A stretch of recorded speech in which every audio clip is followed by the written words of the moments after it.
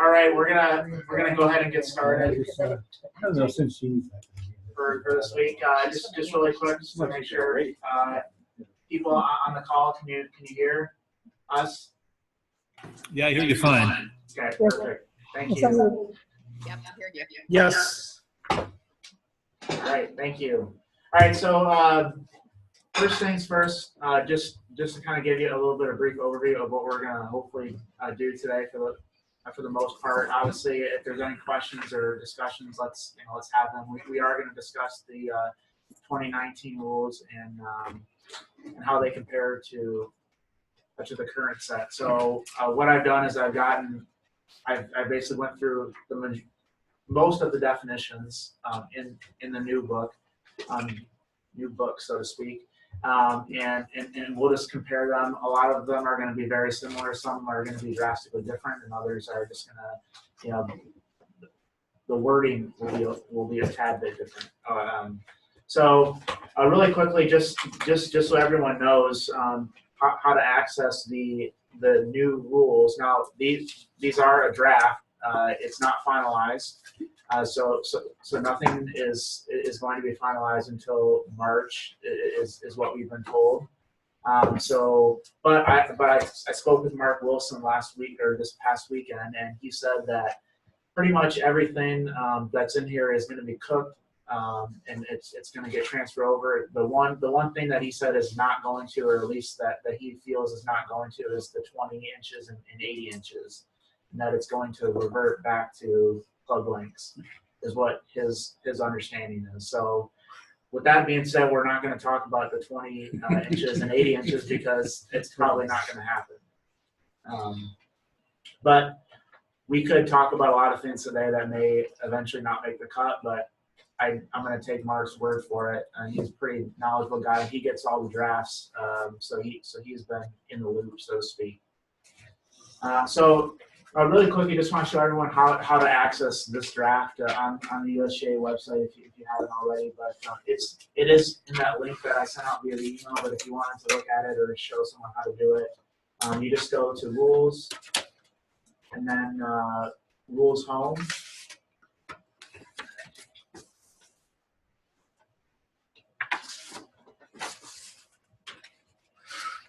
And get rid of that mark. And then if you go to, oops, too quick. Go to Resources. So it's just this main page here, this new era. If you want to scroll, you can just click these arrows to get it back. And Resources. And then once you get here, right here, this Proposed New Rules. That will take you to some videos on the proposed changes, the draft of the Players Edition of the rules, which is going to be new for 2019. And then this is what we're working off of, the draft here. This is the link that I sent you. But what's the difference between the two? So I don't know every difference, but basically the Players Edition is going to be a lot simpler and not include as many quote-unquote decisions or whatever. So it's going to be similar to how it's currently set up, but it's going to be, I think, a little bit more in-depth than the current small rule book that players have. But when I say in-depth, I mean it's going to include decisions or whatever they're going to call them. As someone was mentioning earlier, this book, once it's created, they're going to call it the handbook, not the decisions book. So that decisions book that you have is an antique and a collector's item. So don't lose it, because it will be the last decisions book until 10 years from now when they have a new decisions book. Right, exactly. Yeah, so technically they're going to call it a handbook.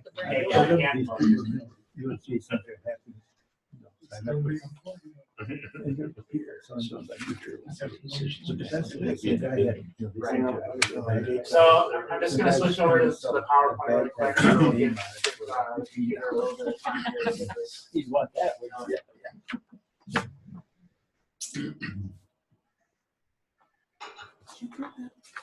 Yes.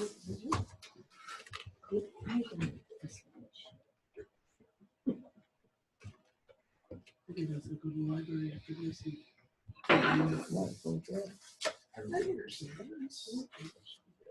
can't write on that. Yeah, I can't. When I start reading, my mind starts I reading. should have started, I mean, I should have two-sided it, but I didn't think it was. Take it. I did it at the club.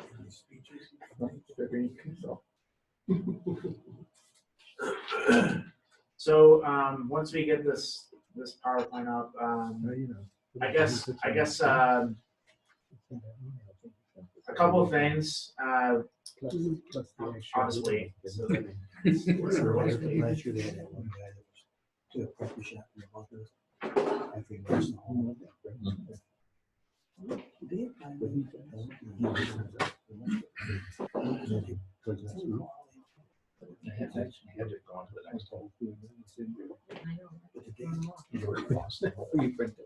So.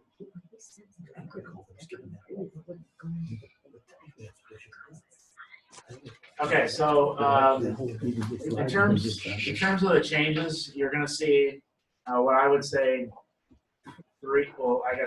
two major changes to the actual writing of the book. You're going to see changes in terminology. So certain things may be called one thing under the current set of rules, and they're going to be called something different but similar. And then there's also going to be an ideological change as well in terms of making the language more simple, making it more layman-like and not something that only rules officials know, or players that have some interest in learning the rules know. And so you'll see that in some of the definitions that you'll read it and you'll be like, really, that's going to be a defined term, but it is. And the whole point is making it simpler for people to understand, for golfers, for everyday golfers to understand what we're talking about when we say X, Y, Z or whatever. The publication, so we talked about that, but there's going to be a Players Rules edition. The decisions is going to be the handbook, not the decisions book, and it is substantially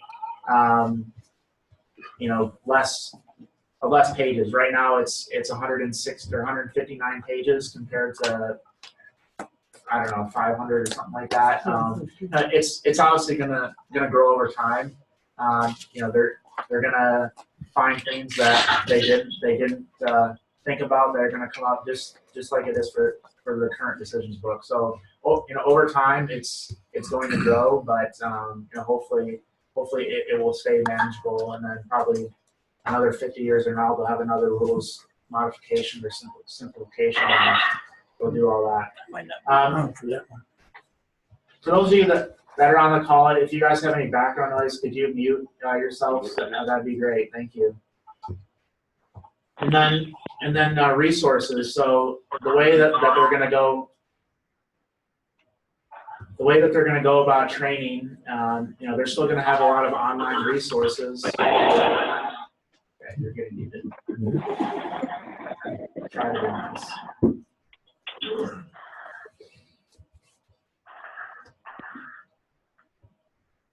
There you go.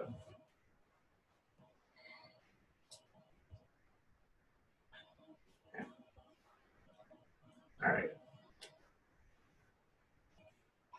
All right. So they're gonna continue to have online education resources, but they're really focusing on that online virtual video education, as opposed to more PDFs, paper. A lot of it's going to be video, and so that's a big point of emphasis for the USGA. And then something that we talked about a little bit, but they're working on their mobile app in terms of the rules and creating some artificial intelligence, or using artificial intelligence to be able to help players while they're out there on the golf course.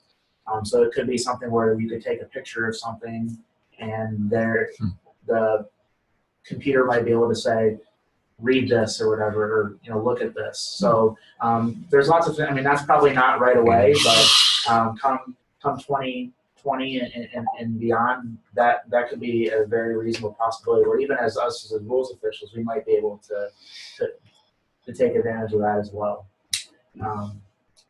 So anyways, quite a few changes, but it's still the rules of golf, and I think a lot of the changes are good, and everyone has their own opinion, and hopefully we can discuss some of those opinions.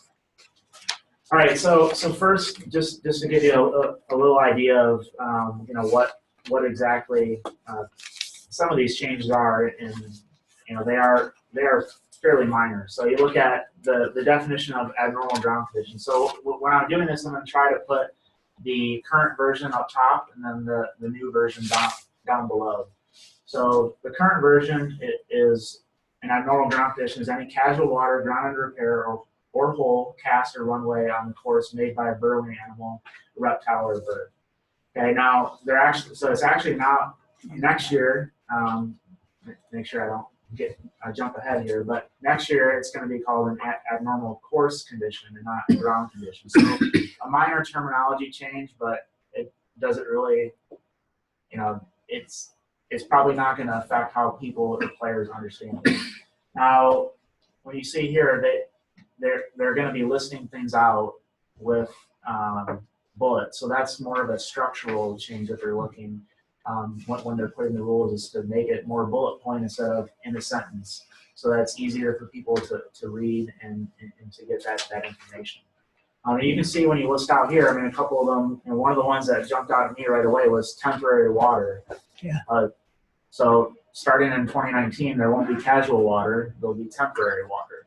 And we'll go over, there's not much change in the actual definition of casual water and temporary water, but that's what they're going to call it. Because if you go up to someone that's playing golf and doesn't know much about the rules, I mean, casual water, and what does that mean to them? I mean, they're going to give you a weird look. But if you say temporary water, it kind of makes sense, right? It's only there some of the times. Are they expanding the type of animal holes they're going to include then? So we'll get into that. So yeah, Craig, that's another good point. Is that this one, it just says animal hole and it doesn't say burrowing. So what, I don't know if that's the next one or not, but let's see. Well, let's just go to that one, because it's so here's the top. So this one I actually didn't switch them up, but so this one, the current one is at the bottom. The new ones are at the top. So the current definition has burrowing animal, right? And there's a note here that says a non-burrowing animal such as a dog is that's not a burrowing animal. However, with the new definitions, that's not the case, as they say an animal hole is by any animal, except worms and insects. And so they're expanding to allow dogs to be a burrowing animal hole, but it's not going to be a burrowing animal. So they are changing the way they define, and some of the definitions are pretty funny. If you read that first one, I mean, it sounds like it's like a fourth grade science book, but I guess that's the way that they're going to do it. So now we don't have to distinguish between, well, is it a burrowing animal? And do I know if a cat is a burrowing animal, or I don't know. This way, just saying any animal that's a living member of the animal kingdom, other than humans. I got no difference between the Right.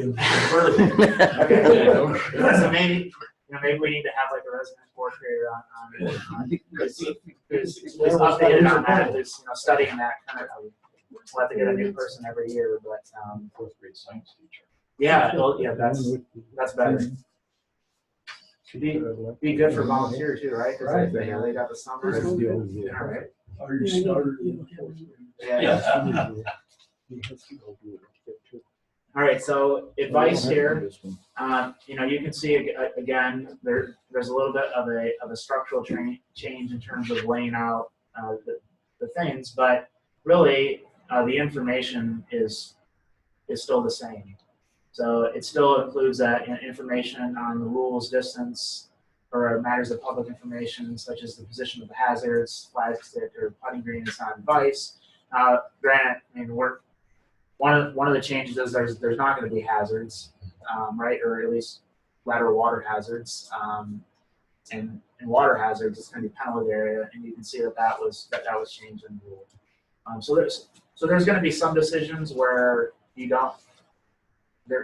Some definitions where you don't really see any difference. It's just going to be laid out a little bit differently, or it's just going to replace some of the older terminology with the new stuff.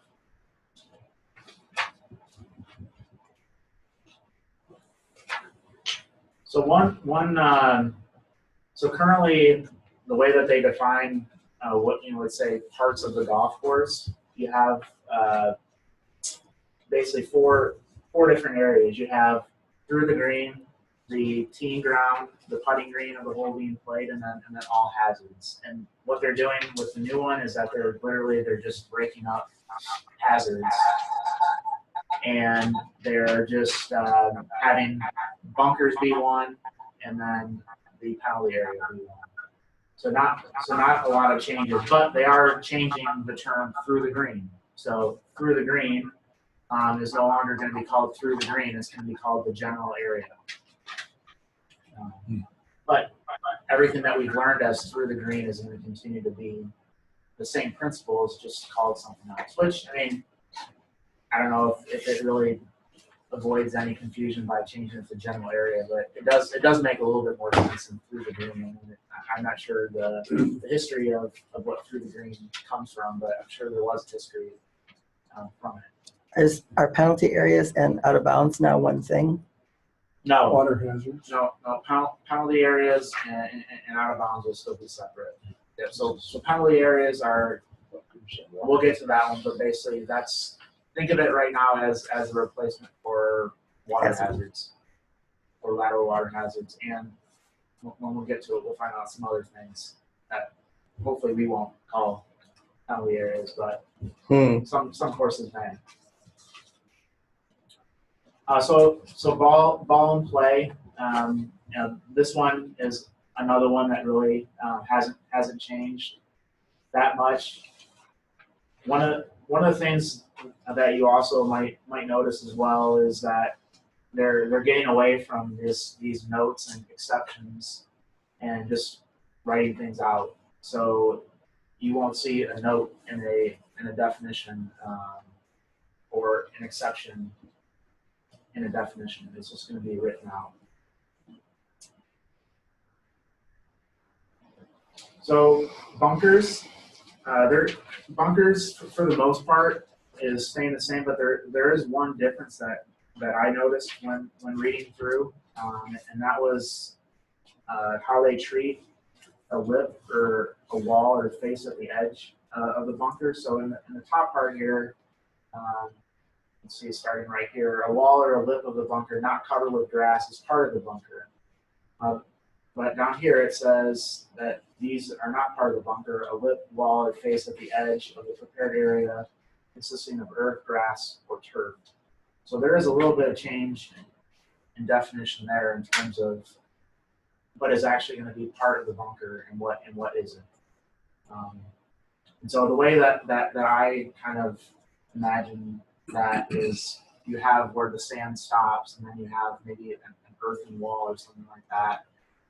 That's now not going to be part of the bunker, whereas in the past it has been. So maybe on like a backswinger, if someone's up against the back of the bunker, if someone takes a backswing and hits that dirt above the sand, now it's a two-stroke penalty, whereas in 2019 it won't be, because that would be technically part of the bunker. That's how I understand it. I don't know if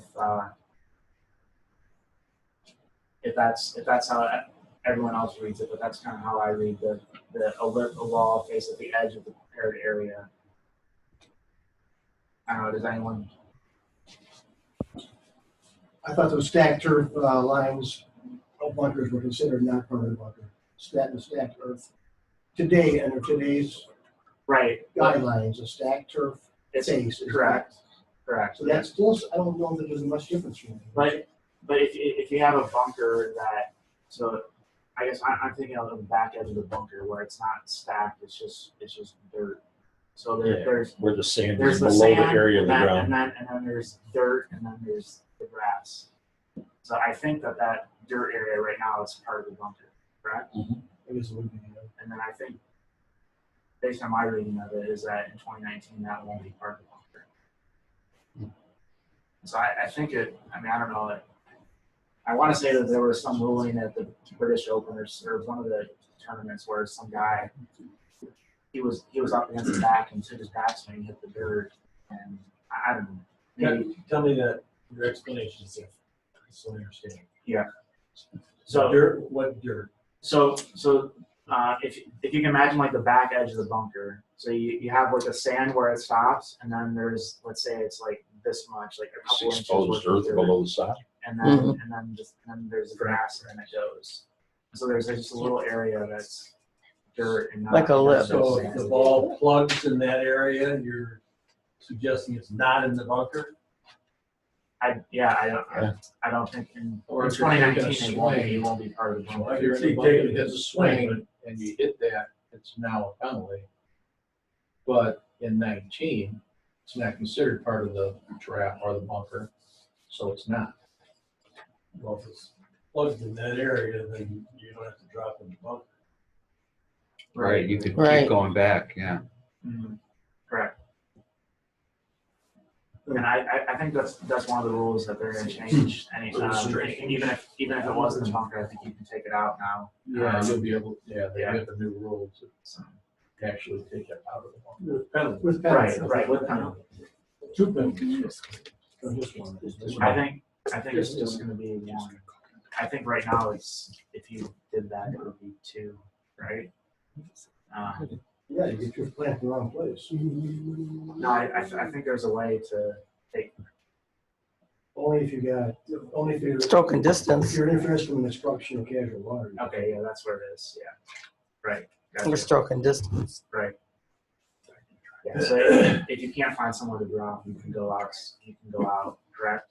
Where? No. Yeah, if there's nowhere to drop in the So let's say bunker. that the bunker was filled with casual water or temporary water, and I couldn't drop it anywhere and not be closer to the hole. Then I could take it out if I couldn't find my maximum relief. I could take it out For one stroke You penalty. just take one. Yeah. Hopefully we knock that buck out of play. Right. Yeah. Okay.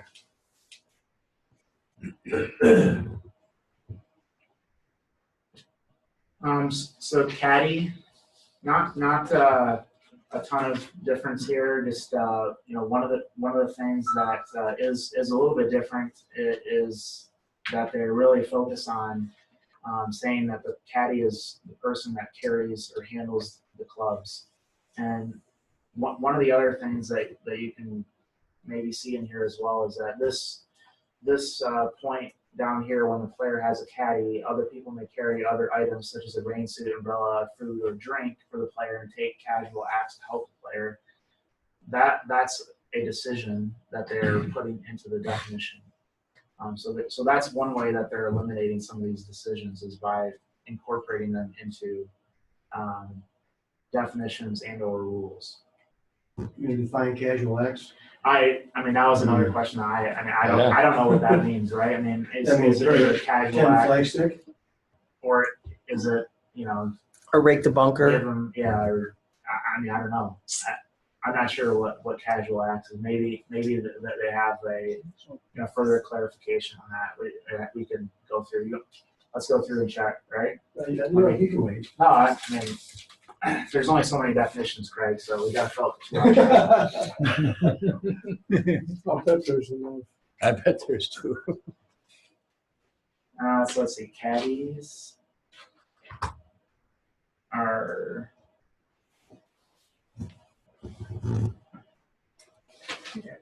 not in here.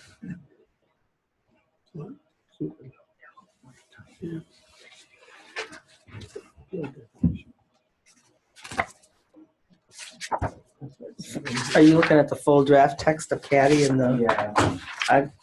I don't see Oh, the, here it is. 2.3.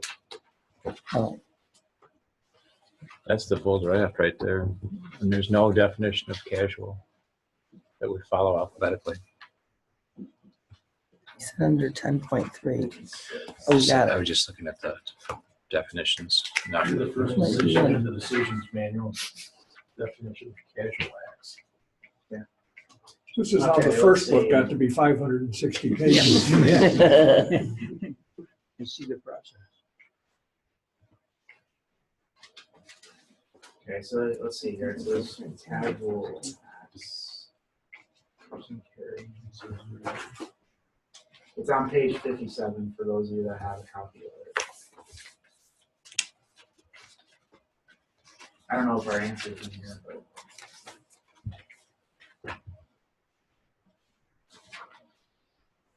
Okay, so here it is. Such as getting, a person who carries or handles a player's club during play is that player's caddy, even if not named as the caddy by the player, except when only taking a casual act to help, parentheses, such as getting a club the player left behind or moving the player's bag or cart out of the way. So I guess those are the things that they defined as casual act. Or they can. But you would have to define casual Maybe they acts should for say someone they're other than temporary the caddy, act. right? Sorry, say that again? You would have to define casual acts for someone acting in that capacity other than a caddy. Correct. What acts are they allowed to perform other than the rain suit, the umbrella, and food and drink? Right. Right. Well, it sounds like they just can't handle the, So, yeah, it's can't get advice. Can't be reading green. yeah. I mean, so obviously, that's Can't that's give probably advice. something that I would guess in 2019 something's going to happen, and they're going to have an addendum for the next rules because they're going to want to specify more what. Start making new decisions. For one thing, we helping the player find the ball. The casual Yeah, act. but that was Sure, just that's going a back casual act for by a club any that they person, left behind, other not than the player. and actually the caddy. handing them clubs out of the bag. It's addressed in the decision 6.4. Today. Today it is. Okay, 6.4. Let's see if it.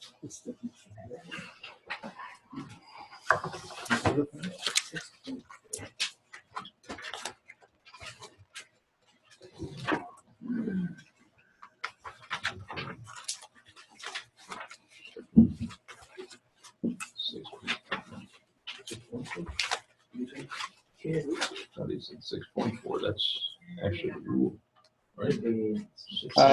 Six dash four is the rule. Yeah, so Yeah, 6.4. /4. /4. 6-4/20. Let's, Maybe I haven't done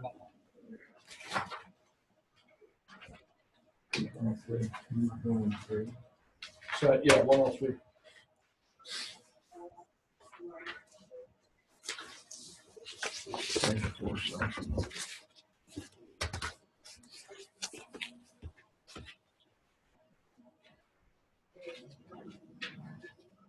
So that talks about the definitions of a caddy. That's a shared.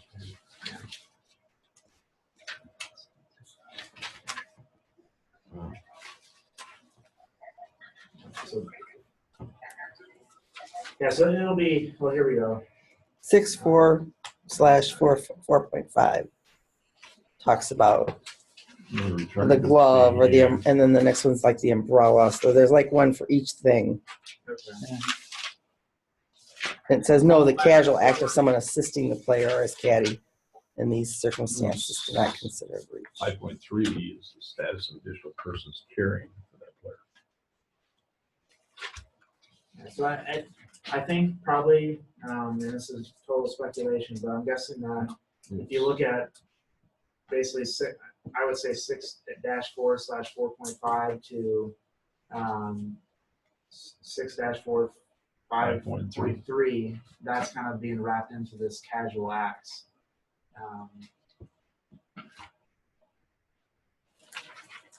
So let's see.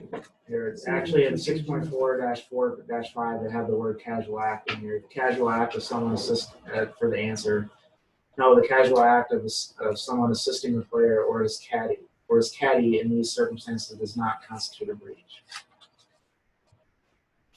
So they've used that wording before, so they must know what it means. If we have questions, we can ask them, I guess, right? Sure. WSG. USG is always right. That's what I'm saying. Nick still lets people play out of order. That's not his role. We never made mistakes.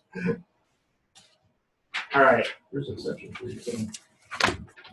Huh? There's exceptions to when you can. No, yeah, it's Rare. it's It's rare. just an ongoing thing between Craig and Nick. And the USGA has told us that we should control the order of play.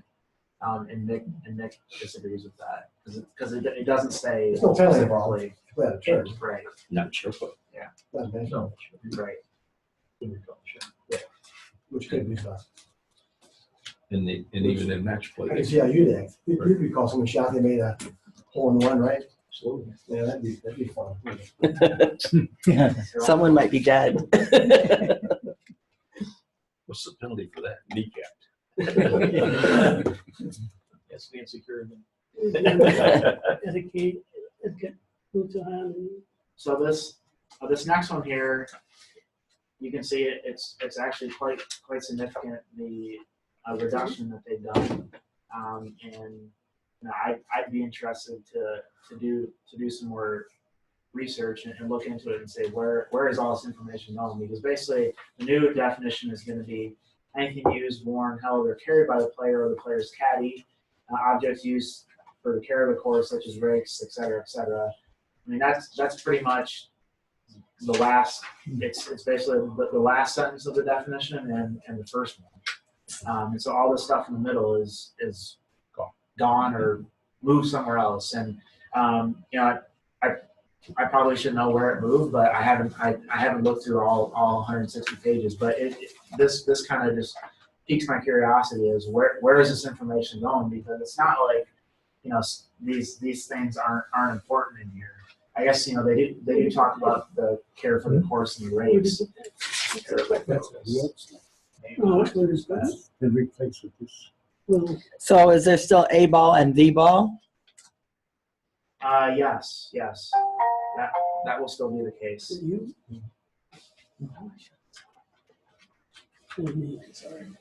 But one of the things that they talk about in here that they don't talk about at all, that I would say is fairly common, is, you know, how they treat a shared golf cart or how they treat shared equipment, and that has caused some confusion.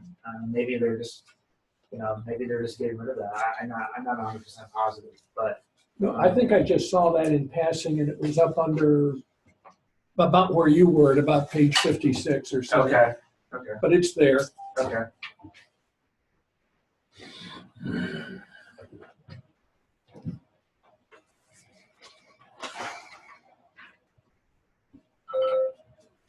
So ground under repair is a big one, but pretty much, you know, everything here is still the same. You know, they're taking out a little bit in terms of you know, how the areas. I don't believe they have anything in here in terms of how the areas are marked, whereas here it talks about stakes and lines and all that stuff, and I think that they've moved that out, but they still have the majority of the information about what is ground under repair in the new definition.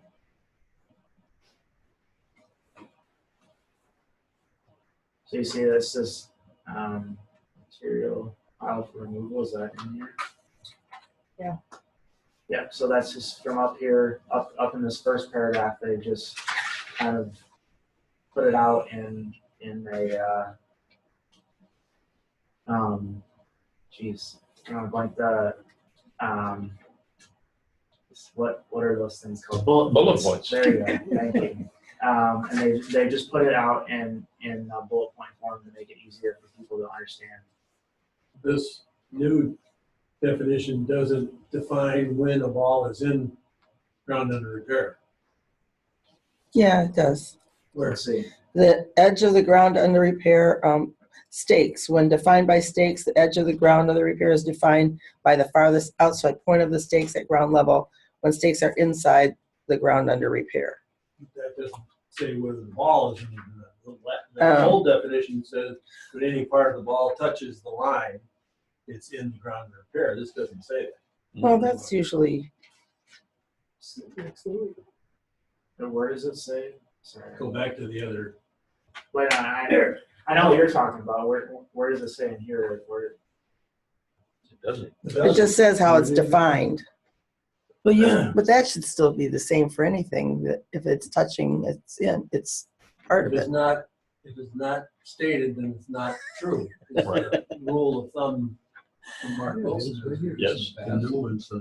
If it ain't written, it ain't so. Right. Unless it's just someplace else. Well, yeah, Go it says- further up. Yeah, Kyle. go Maybe down. they define. Next Yeah, one says line. Go next slide, I think it's there. Because it's in here. Oh, is it? Yeah, one defined by a painted line on the ground. The edge of the ground under repair is the outside edge of the line, and the line itself is ground under repair. That's the new one. Okay. So I probably That's just, still- I probably just forgot to put that in there. That's the new one. No, you just didn't read it. Let me, yeah, it should be. Yeah, it even has stakes. I know what you're saying though, Lee. You're saying that it doesn't say if it's all the way inside the line, or if it's touching the line, or if it's, usually it's anything that's, touching it. And then the only thing that isn't that way is out of bounds, where it has to be all the way out. Just look through It says the line itself is Yeah, ground under otherwise repair. it's just, if you're touching it, you're, Defines that in some fashion. because the same thing with the green, you're on the green if any part of the ball is touching the green, even though part of it is No, off. it says the line itself is ground under repair, so that means that if you're touching it, it's ground under repair. Right. Yeah. I think the way they It's the language defined it. Immediately under what you have. Yeah, the way they defined it sort of implies that if it's touching the line, it's ground under repair, because the line is ground under repair. That's what it says now. Page 136, Kyle. Okay, yeah, I'm gonna pull it up so everyone can see it. And if you go further, it says if it's defined by both, what was it? By lines and stakes. The stakes have no bearing. Do it stakes is the same thing. No, The stakes have outside no of the bearing stake, when- It's yeah. ground under repair. It says when there's both line and stakes, the stakes have no bearing. No, the stake is the inside. Inside the ground under repair. Oh, no, the stakes are inside the ground under repair. No, it says the stakes may be used to define, to show where it's at, but they have no other meaning. That's what it says. 136. You can go to the page. Last line, last one. Definition of course might help. Yeah, by We're just in a the couple. definitions, that's what it is.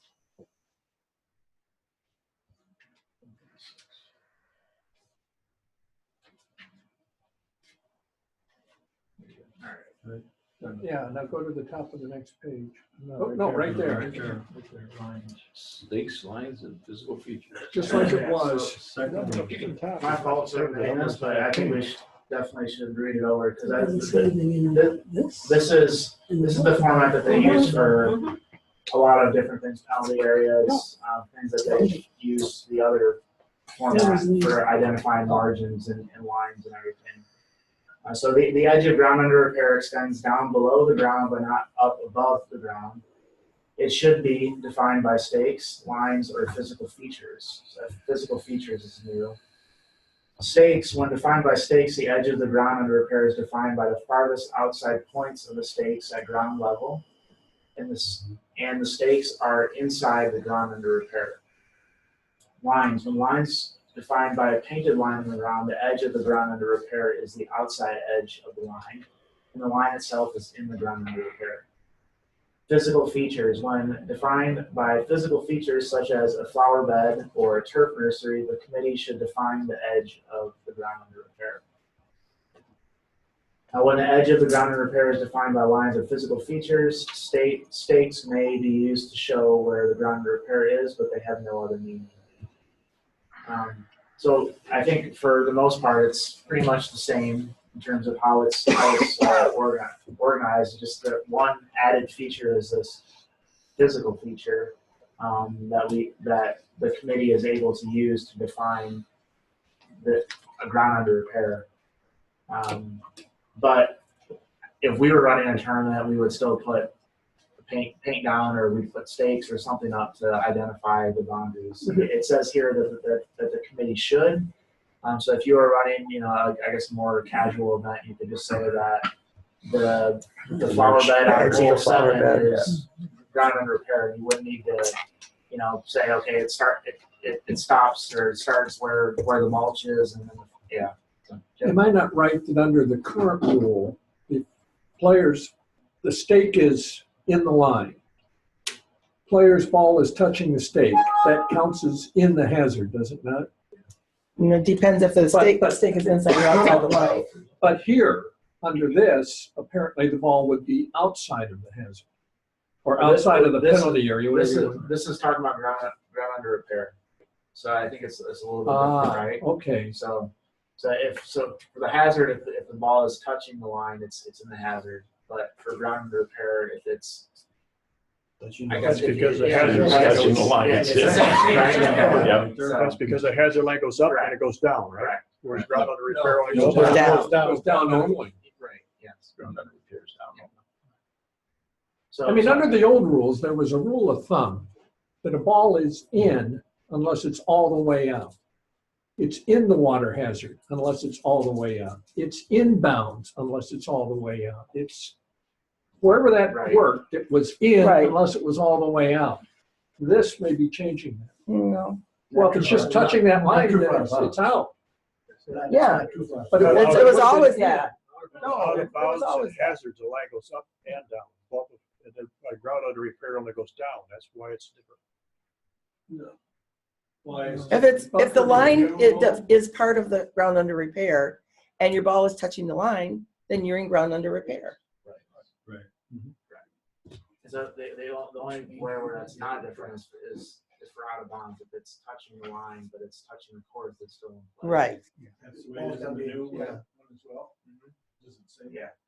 I don't know if it says those exact words, but we'll get to out of bounds and we'll check. But it is clear that Is it defined in the penalty area? Does it define it as? I believe that they have this very similar structure, stakes, lines, physical features in both. Let me scroll ahead to see. So it's a good question.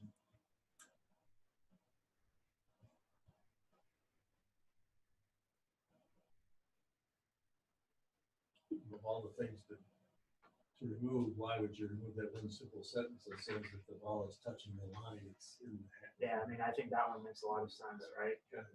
Yeah, tells you everything you need to know. right. Yeah. I just think they felt like by saying that the line is part of the hazard, then obviously if you're touching the line, you're in the hazard. It was that way before. It's just, I don't know. I think they were trying to put it all in one sentence instead of having two. Sometimes oversimplifications. That's the other thing that will start rolling again. Yeah. Yeah, so you're. I mean, even here, there's no mention of, if it's touching In the penalty area. No, Easy, so I'm it's still not looking around at that. Oh. I'm waiting to get to the penalty area, but.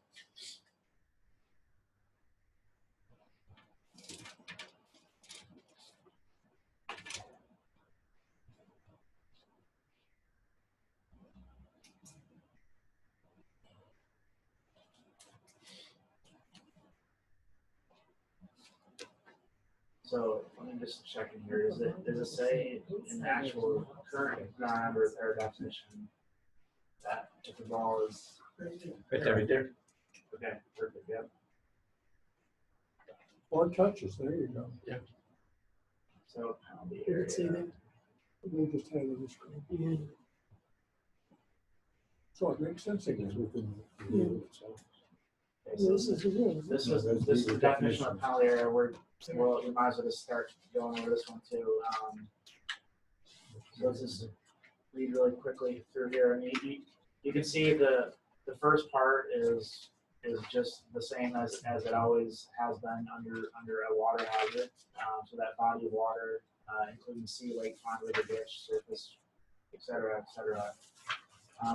But then the one added thing that they put in here is any other part of the course the committee defines as a penalty area.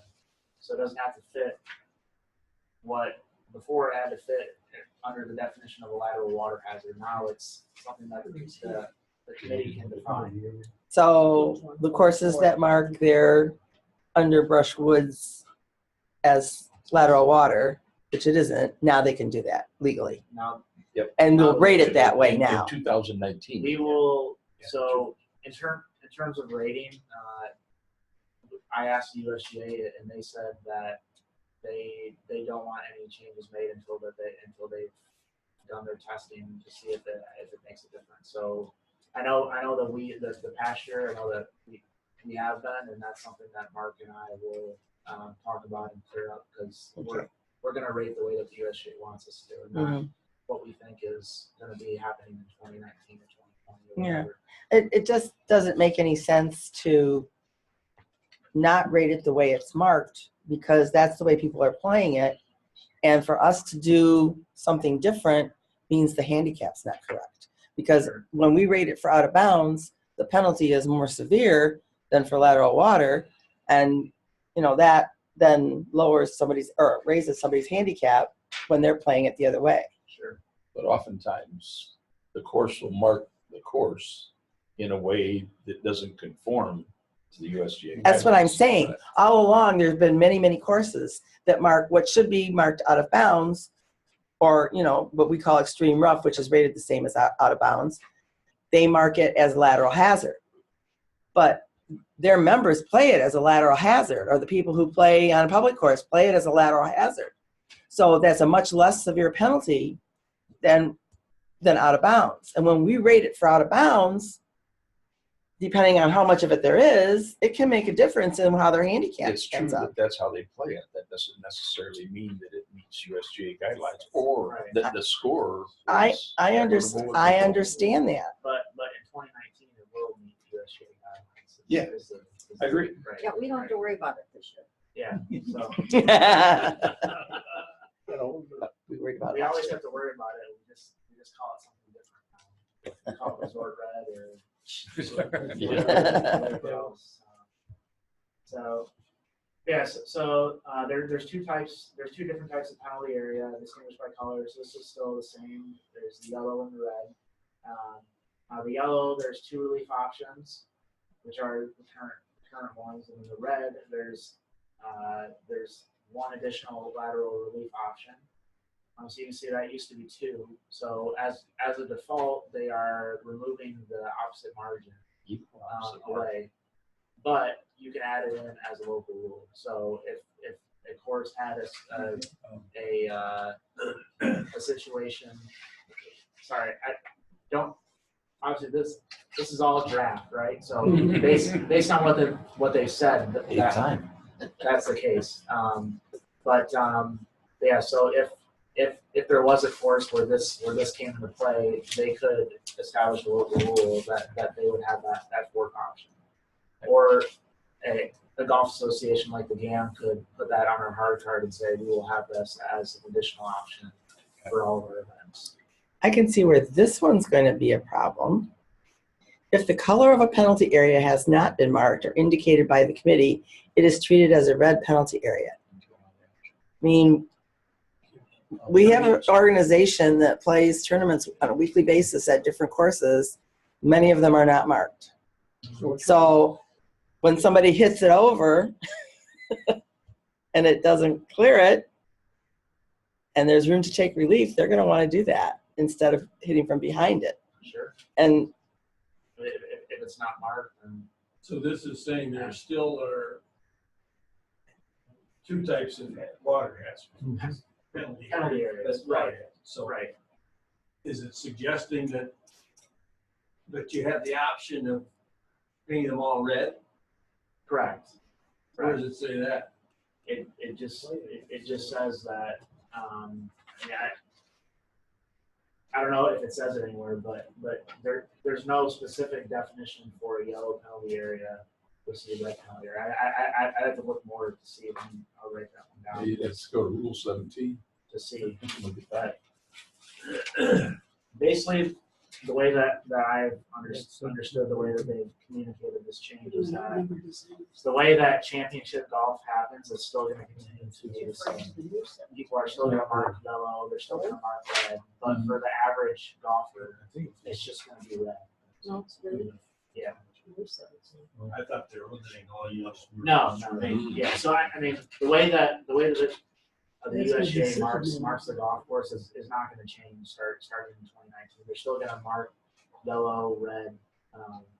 We'll probably do the same to the best of our ability. And obviously, for our big events where we can tell the golf course are not painted, we'll have that luxury. But maybe for a qualifier here or there, you might get there a couple days before, and so number 17 at Eagle Eye might be all red. Well, they have like at Eagle Crest, they mark everything red now. Yeah. Right.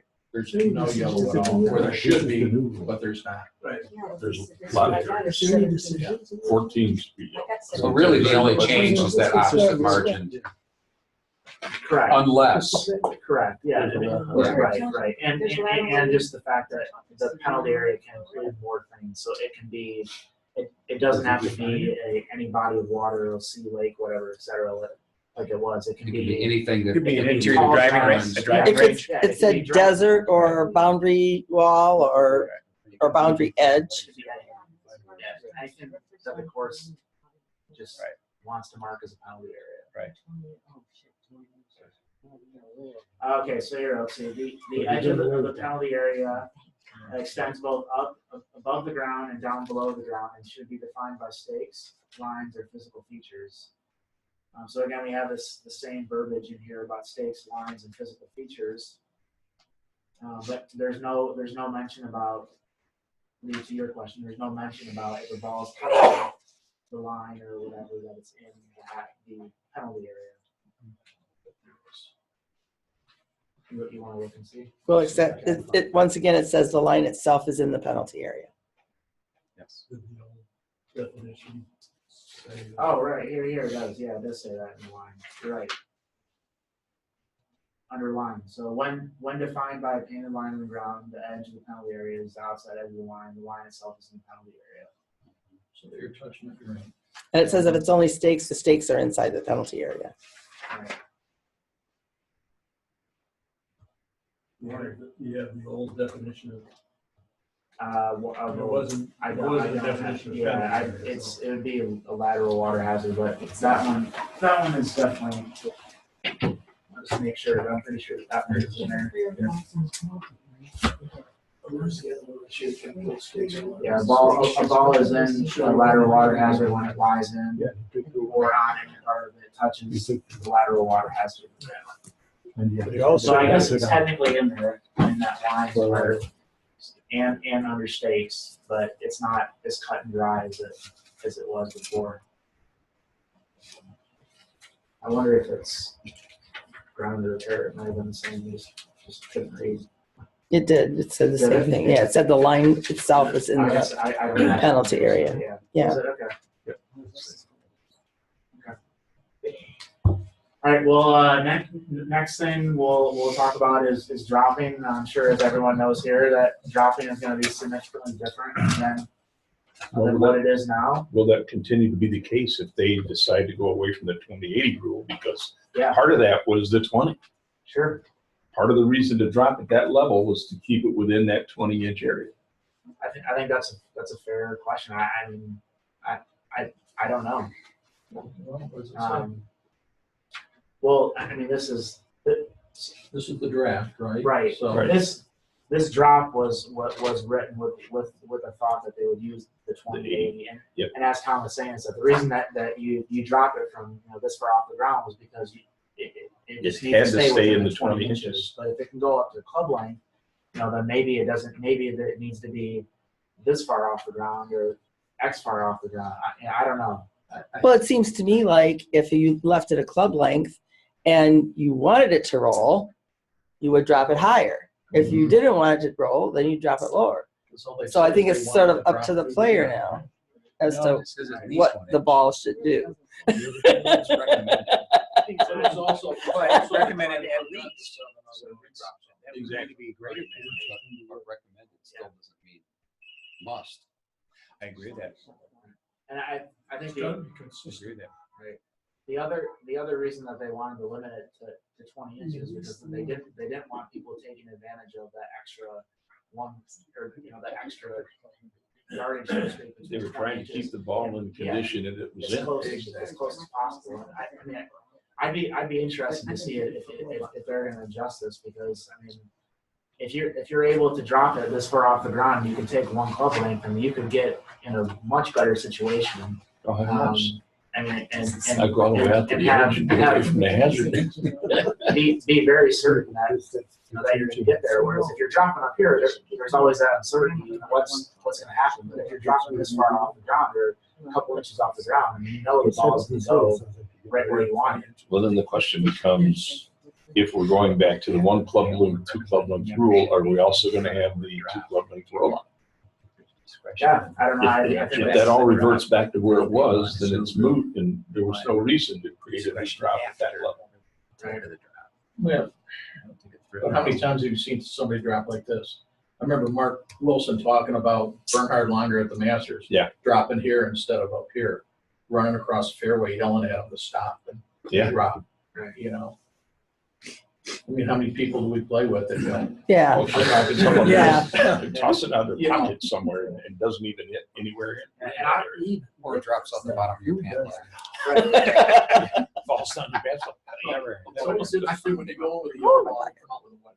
Yeah. That's always interesting. Well, you know, the water washed the yellow. I was thinking about that too. I mean, a lot of people toss it, and so when I was reading this definition, I was thinking, well, is a toss going to be okay? And I guess let's read it through, and I just want to see what you guys think. That was one of the questions they asked Wilson when we were. It doesn't say toss, it says let's go of the ball so that it falls through the air. So let's read it. So Then that's read the next one, says height of 1 inch. Yeah, I know. So when a player holds a ball above the ground without it touching any growing thing or natural or artificial object, and lets go of the ball so that it falls through the air before coming to rest. To avoid any doubt, it is recommended that the ball be dropped from a height of at least 1 inch above the ground, including any growing thing or natural object. The purpose of the drop is for there to be a degree of randomness in where the ball will come to rest. If the player lets go of the ball without intending it to be in play, the ball has not been dropped and is not in play. So I guess my question to you guys is, if someone just gets it, grabs it out of their bag and tosses it, is that drop? No, I wouldn't think so. Shouldn't it be? Why isn't it? It's not an inch. Doesn't have to be. It says he has to hold it. Does it say minimum? Well, you're holding your hand. It doesn't say it has to be held this way. It says it has to go through the air and be at least 1 inch off the ground, so a toss counts. Right. But a toss is not a drop. It says it should be dropped. It says he has to hold it above the A ground. toss isn't a drop. A drop is letting go of it. Well, I can just roll it up into my fingers and it drops off. Well, that could be. I think I didn't mean to do that. I dropped it with a. I think he's right about intent. I dropped it with some English in it. Because, whatever. If you're actually trying to drop the ball, you do that. I would see that it's okay that it's still falling. It falls through the air before coming to rest, right? I mean, I guess it goes up. I guess. Ground is kind of gravity. Yeah. But this is just the drop. This is not where the ball is. This is really the I drop. don't know. Maybe Yeah. there's further. Well, I think it goes with the spirit of the rules. They're dumbing them down and simplifying them. Right. That's why I think that's correct. I agree. Let's go. I agree. It's supposed to be a big symbol. And gets in the right spot. Sure. Play on. Who cares? So they don't address all redrops in that definition there, no? No. It just says that if it's not intended, then you'd have to redrop. If there's no intent, then it's not. So then they're off our rules then. Well, I have to go through what, to be honest with you, but I'm sure that there's. I'm sure they have a I video. think there are 3 These are just definitions. things that require a drop. I think if it still hits you I think that's, You'll still rebound. Goes closer to the hole. If it goes closer to the hole, Well, it you're not- rolls into a hazard. I don't think this is addressing where the ball winds up, Craig. I think this is just These the are just exit out. definitions. Yeah, I don't think that's what this definition is trying to cover. This is just the physical drop, not the result. Yeah, I'm sure under the rule, I mean, I know it's obviously if it rolls I know they're trying to closer. eliminate tree drops, but there's gotta be some cases. Well, listen, I mean, if it rolls closer, if it rolls into a hazard, I mean, those are still gonna be reviewed. Right. Into a hazard, out of a hazard, onto a hazard. Oh, we still have known or virtually certain. Alright, so next one here, that isn't, this is a new one, improve. So to change one or more of the conditions affecting the stroke or other physical conditions affecting play so the player gains potential advantage for a stroke. So I mean, this one is really just kind of incorporating parts of Rule 1-2 and 13-2 into a quote-unquote definition of what it means to improve. And they use that word potential advantage. Kind of leaves it open, I think, to everyone's interpretation of what a potential advantage is. And I guess if a good number of people think it's an advantage, then I guess it would be a potential advantage. But you know, who's the judge of whether it's an advantage or not? I guess It's the committee, and if right? a stroke Yeah. play, you play 2 balls under 3.3 and then tell them Right. where you get in. You know the 3.3. 3.3 still. Well, I mean, or its new bastard cousin, whatever.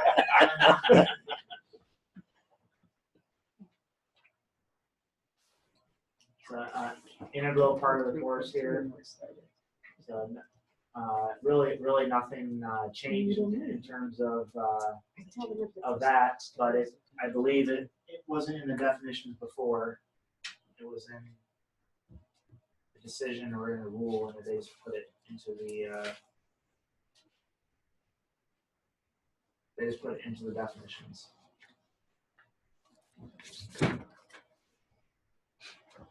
So this one's a little interesting. So known or virtual certainty, or known or virtually certain, is going to be a definition, whereas before it was defined in a decision. Craig, what was that? 26. 26-1/1. There you go. So basically, they're just moving that, and they.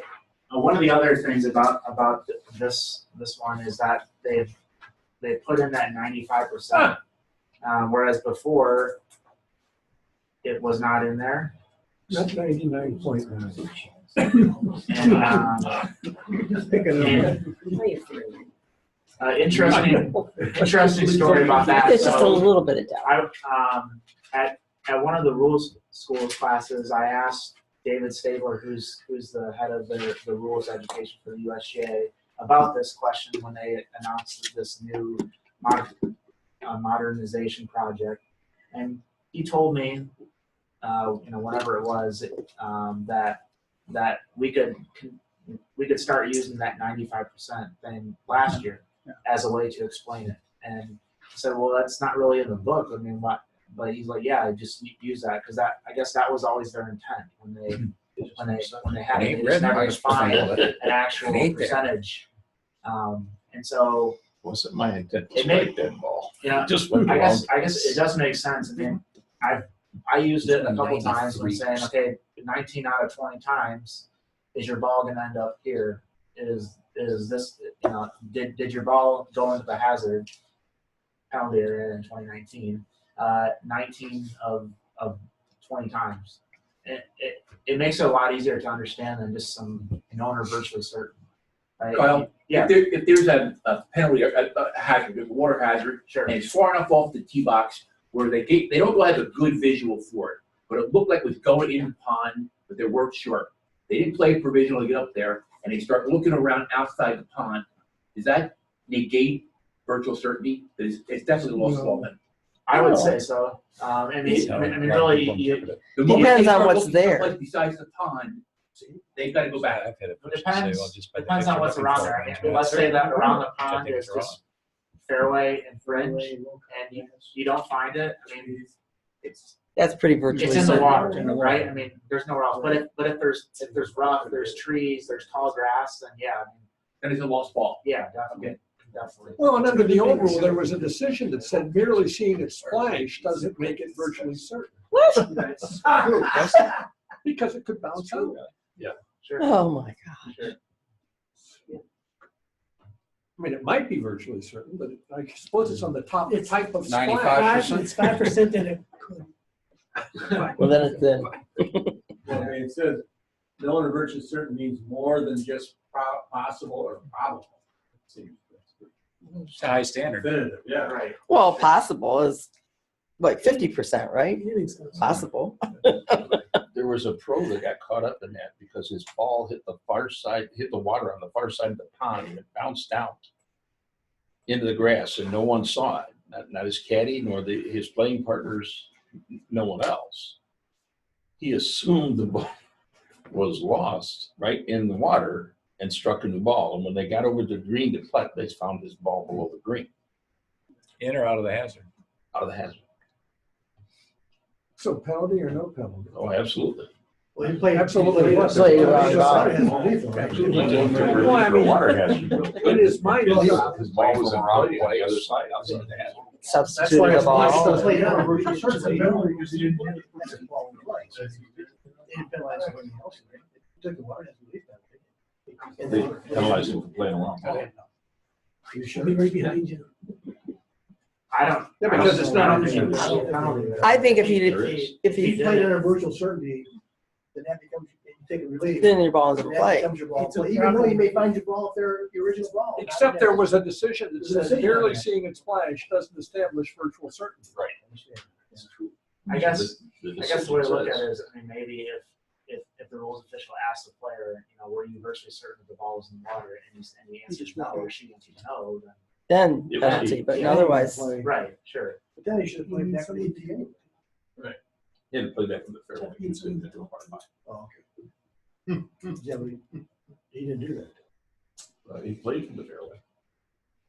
So he played under lost. He played under lost ball in the fairway. well, then there shouldn't have been any penalty. That just became his ball in No, play. no. That's one of those things where it defaults into stroke and distance. So it doesn't matter which way Right. you take it back and hit it from where it was. It's stroke and distance, play on. Right, that's the penalty he got was that, but he wanted to go up there and play his original. Oh, well. Oh, It's No. gone. And once he hits the other ball, it's bad. Yeah. We had a good question here, come in, and I apologize, Dave, coming earlier, but, as an official, do you ever stress to a player that one option is better than the other, 1, 2, or 3 other options? I have, and the player made par, made the cut, whatever, et cetera, et cetera. I don't think that you'd ever want to say that, that this one is better than another, but you could definitely lead with the best option. Grab him by the nose and and reach thick. and maybe not mention other options that Here, don't you That want might be to, bad. say, I'm here to help you. Yeah.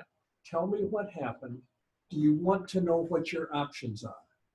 If they say, yes, I want to know what my options are, then give them the options and let them make up their mind. sure. Yeah, but you can't. That's say- different than telling them what the best Your option is. Best option, yeah. Yeah, well, You can't keep the say- voice inflection. Because that becomes advice. Exactly. Yeah, and I think too, the other thing is what level of play is this too? I mean, if it's a 10-year-old kid in a junior event, I mean, maybe you don't want to tell them the best option, but you might say the best option like 3 times. And the other ones like once, or you might not say the other ones. I mean, I guess one example that I think about when this question comes up is a lot of times people they'll hit a ball deep into the woods and they'll go in there and start looking for it.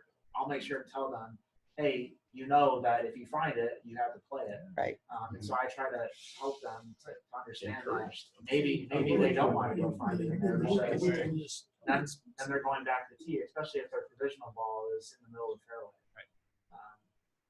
So I think there's ways to do it, but yeah, it's not a good practice to recommend a certain option, but you can definitely work around presenting what you think is the best option,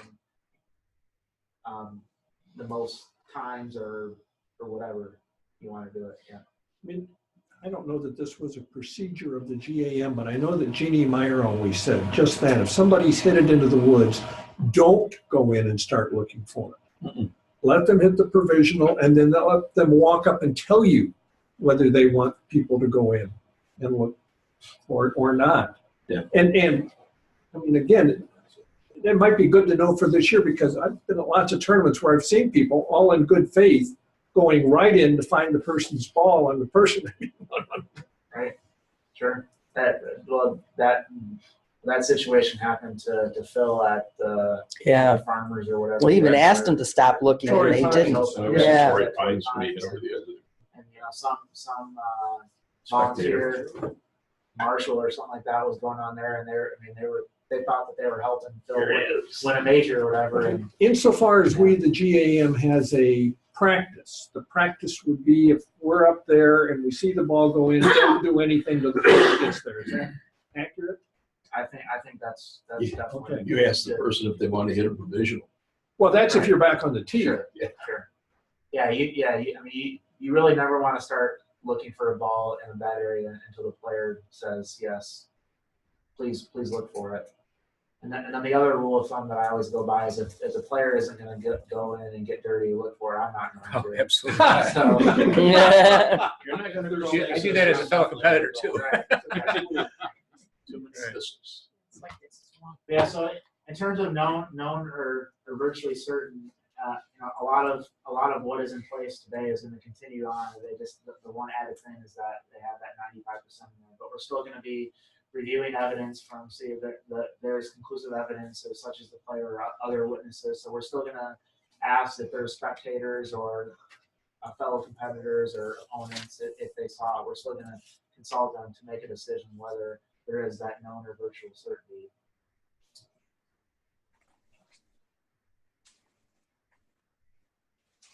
All right, so here's one, not a major change. Other than that, they're doing away with the line of putt, and they're just including that under line of play.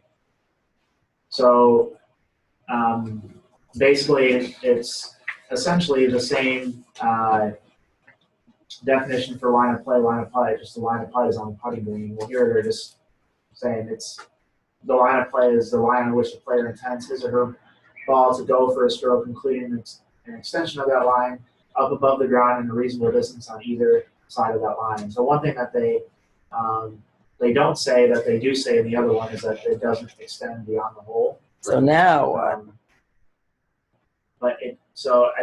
I think just by the fact that it's not in there, it's not part of that definition.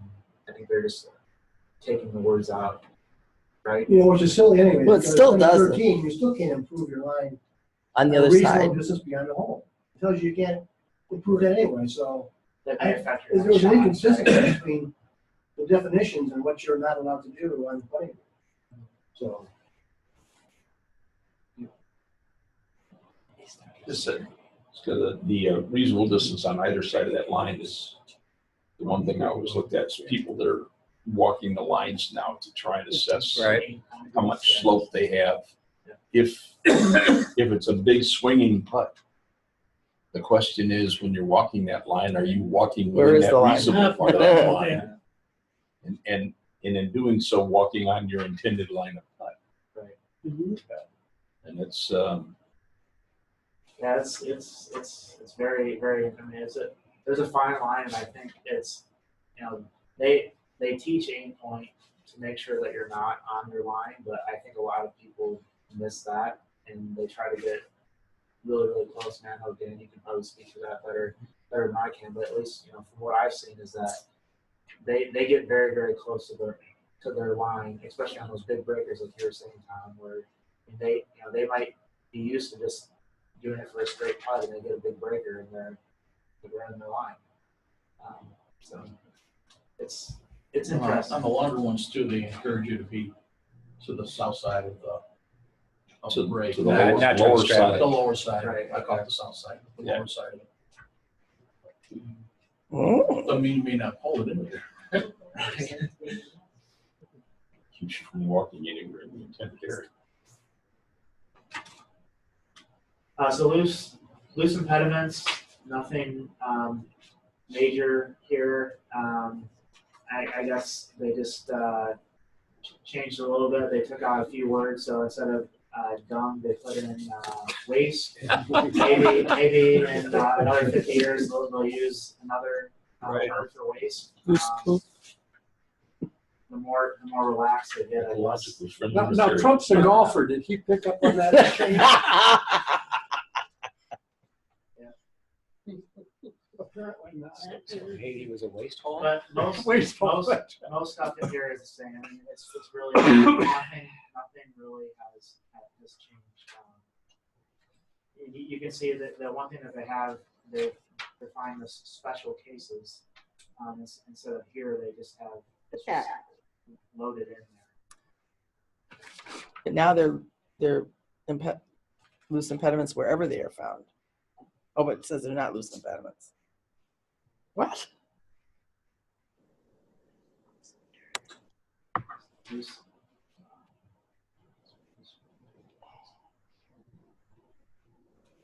They're just saying that those lumps of earth are Oh. loose impediments, but loose sand and soil are not loose impediments. So even on the green now? Well, the definition of green. I don't know. That's a good question. They say aeration plugs are not. But they were loose called soil, so out. they're not loose. Presently, Yeah, loose sand is just called out as being able to move on the green. So presently, sand and loose soil, loose impediments on the putting green, but not elsewhere. Very good. I was told the reason for that was there's dirt all over the golf course. You treat that as a loose impediment. You know, there'd never be an end to people brushing stuff away. So that's why it was limited to the green. Well, they clarified it, it's loose, it's aeration plugs. So let's see if it's putting green. Yeah, but it also says that the never mind.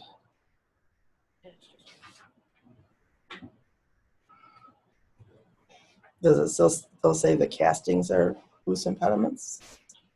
They took castings out of it. They are not loose lumps of compacted soils, aeration plugs.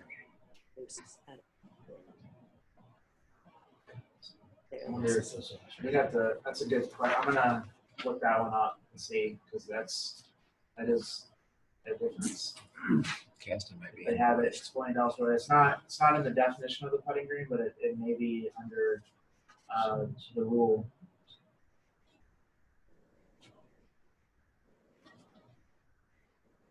Casting was just an abnormal ground condition, wasn't it? Right. And they took it out of abnormal ground condition. No. But no, it says worm, insects, and similar animals that can be removed with ease, and the material they remove from their holes otherwise leaves on the ground, such as worm casts and ants. It is still a loose impediment, yeah. But it doesn't say only on the green now. Right. So I'll look into that one to find out if that's. I'm guessing that I haven't heard that was changing, so I'm guessing it's just under a different situation. It's not listed straight out in the rules or in the definitions. I think in the old rules, you got removed. So obstructions. So they really nothing has changed in terms of how they're defining it. They just have structured it a little bit differently. So they still have a definition for obstructions, but they've also identified a definition specifically for removable obstructions and removable obstruction. But the definitions themselves for an obstruction is pretty much the exact same. They just have changed the way it looks a little bit, taken out the note, etc. I don't know if I put that one in there. Yeah, but that boundary states before we could move.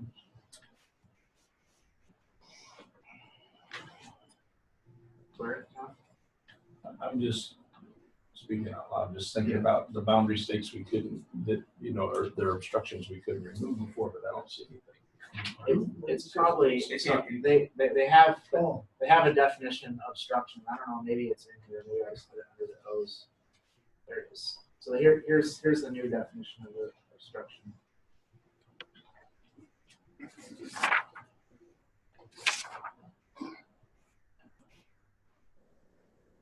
So you still can't move out of bounds. That's basically what it says. But now when they define the boundary, Right. You never could.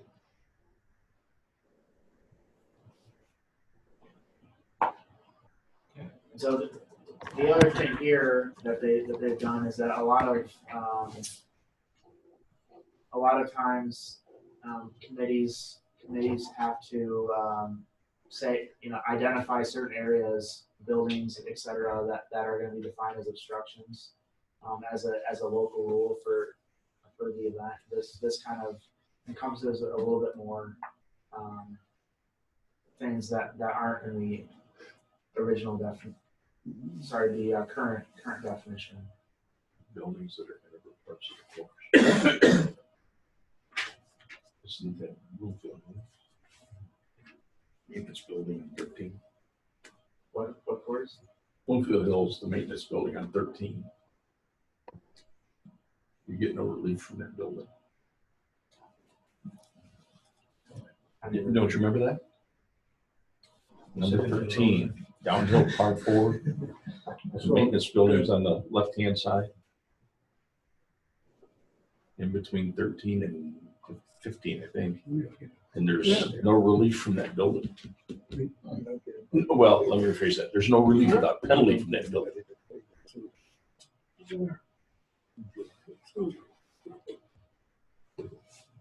All right, lost ball. So here they've, in the current definition, they've laid out 5 ways that the ball is deemed lost. And in the new definition, they have eliminated those 5 things. But one major change is that it's 3 minutes instead of 5. And the reasoning behind that was that, based on all their research and everything that they've done, is that if a ball wasn't found in the first 3 minutes, Probability it wasn't found. It probably wasn't found in the last couple of minutes if it wasn't found in the first 3. And it's also a pace of play booster as well.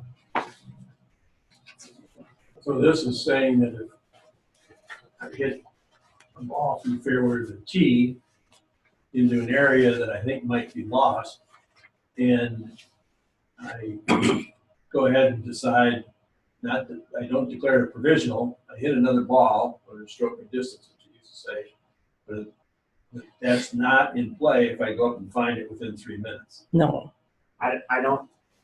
It says. Yeah. Well, It doesn't say. I think they haven't. I didn't put this one in. I don't think. After they begin to search for it. They have a. Let me just check. I think you still have to hit a provisional or not, or otherwise it's in play. They have another definition that's stroke and distance. So maybe it's in there. Let's see.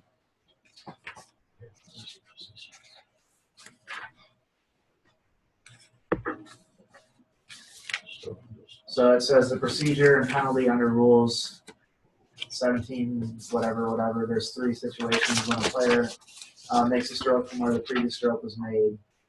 See rule 14.5 for what to do. Well, and there's provisional ball too. So I'm sure that one of those rules is, but I'll look into it. But I'm guessing that it's incorporated in this new stroke and distance definition. But There's provisional ball is still there too. is what? Provisional ball is still there too as a definition. Correct, yes. So you basically have 3 minutes to look for it. Once you You get don't there. find it in 3 minutes and it's deemed to be lost. And you hit your provision. No, you don't get to go look for it before you hit your provisional. It doesn't say that. There's got to be more situations for lost ball. It's not a provisional. If you already determined it's lost, you go hit another You one. can't go back and hit a provisional. No, it's not what I said.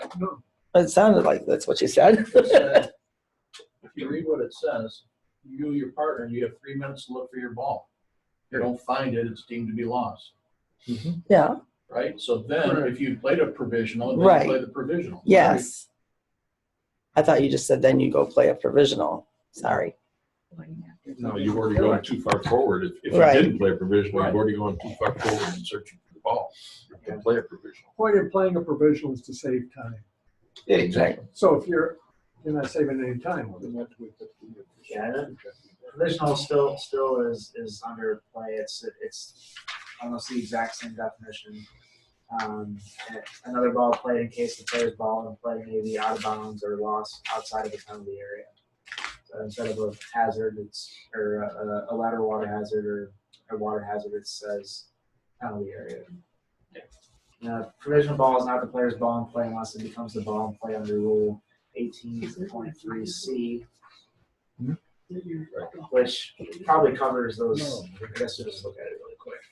So you can't go under 27-2. It's a new 18. Because they Right. diminished the number of rules. And happily, they diminished the number of pages. Would have been just like them to diminish the number of rules and increase the number of pages.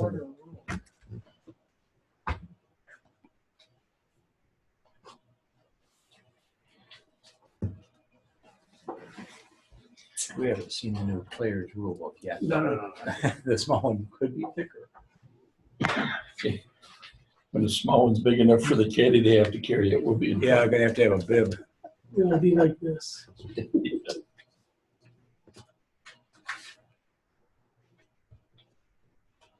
Okay, yeah, so it does, at least here, it does talk about one of the ways in which, so it says when provisional ball becomes player's ball in play, when the original ball is lost outside of the penalty area or is out of bounds, the provisional ball becomes the ball in play under penalty stroke and distance. So it does identify some of these things in the rules. My question was, if I do not declare it a provision, Right. and I hit another ball, Just the ball. that's what it is currently, but this doesn't say, this is. But this is just a definition, not a rule. That's a definition I of lost think ball. here it's Rule 18, stroke and distance relief. 18-1, relief under penalty of stroke and distance allowed at any time. Any time a player may take stroke and distance relief by adding one penalty stroke and playing the original ball or a substitute ball from where the previous stroke was made. Once the player puts a ball into play under a penalty of stroke and distance, the original ball is no longer in play and must not be played. This is true even if it is then found on the course before the end of the 3-minute search time. There we go. So they just moved it from the definition to the rules. Okay. What rule is that? 18-1. Yeah. So here's a couple of new ones. I'm sure a lot of people have heard about this maximum score rule that's being put in place. But basically, starting in 2019, committees will be allowed to set a maximum score on an individual hole, and it conform with the rules of golf. Wow. Committees have been doing this for forever. Junior events, net events, we do it at our golf days. And we still allow people to post the scores, even though, technically speaking, maybe they're not quote unquote postable because we have a 10-stroke limit. But this just makes it official. Yeah, I Jim? mean, wouldn't you use the equitable stroke control to learn what number of strokes you ought to post as a maximum on a given hole? Today you do, but equitable strokes go away. Is it going Well, on? Let's change so- it. That's a whole different. Yeah, Stroke so play competition, maybe. I think, yeah, the ESC is more for like after the fact, but for a competition. No, that's what I'm saying. It's like two different Right. things. Yeah, but I mean, you could use those. Well, I guess no, you couldn't use. Let's see. Formal stroke play with your players or side score goal is capped at a maximum number of strokes set by the committee, such as 2 times par, fixed number, or net double bogey. So I guess you could. I mean, I don't know if the way that the ESC is set up, the way that I understand, I don't think you could set that as a maximum score. No, right? that's what I'm saying. So let's say you say 10 is the maximum score in a hole. Under the person's handicap, the most they can take is a 7. For your competition, they make 10. Right. For equitable stroke control, they turn in They would- 7 on that right. hole. Right. I mean, if you set 10, it's going to include everybody who would have equitable stroke up to that anyway, which is everybody. Sure. So the only thing where you would do if you did 6 or 8, you would be a lower handicap contest, I would think. That's the result. That of my it walk wouldn't affect competition. someone who I had think a I 10 did 10. Right. that they could post and then only have to take an 8. We've also got the unscrupulous who will make it 10. All right, and then Stroke control. natural forces, so the effects of nature such as wind, water, or earthquakes, or when something happens for no apparent reason. Whatever. Oh, boy. Whatever that. That's funny. Well, we just had it last night. Meteorite struck the Yeah, ground. yeah. Yeah, and if your ball moves, you're playing golf out there. They're gonna define what these natural forces are, so we don't have to figure out what. So now when your ball moves for no reason, which we used to say gravity, and that wasn't kosher for a long time. Now it's just a natural force.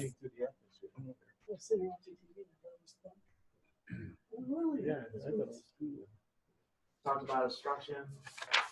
So this one here is a little bit of a terminology change, not necessarily changing the procedure, but the nearest point of relief is going to be called the nearest point of complete relief. And then there's the nearest point of maximum relief, which I don't know if I have that in here, but point is maybe it's a point of. I don't see it in the definitions alphabetically under N.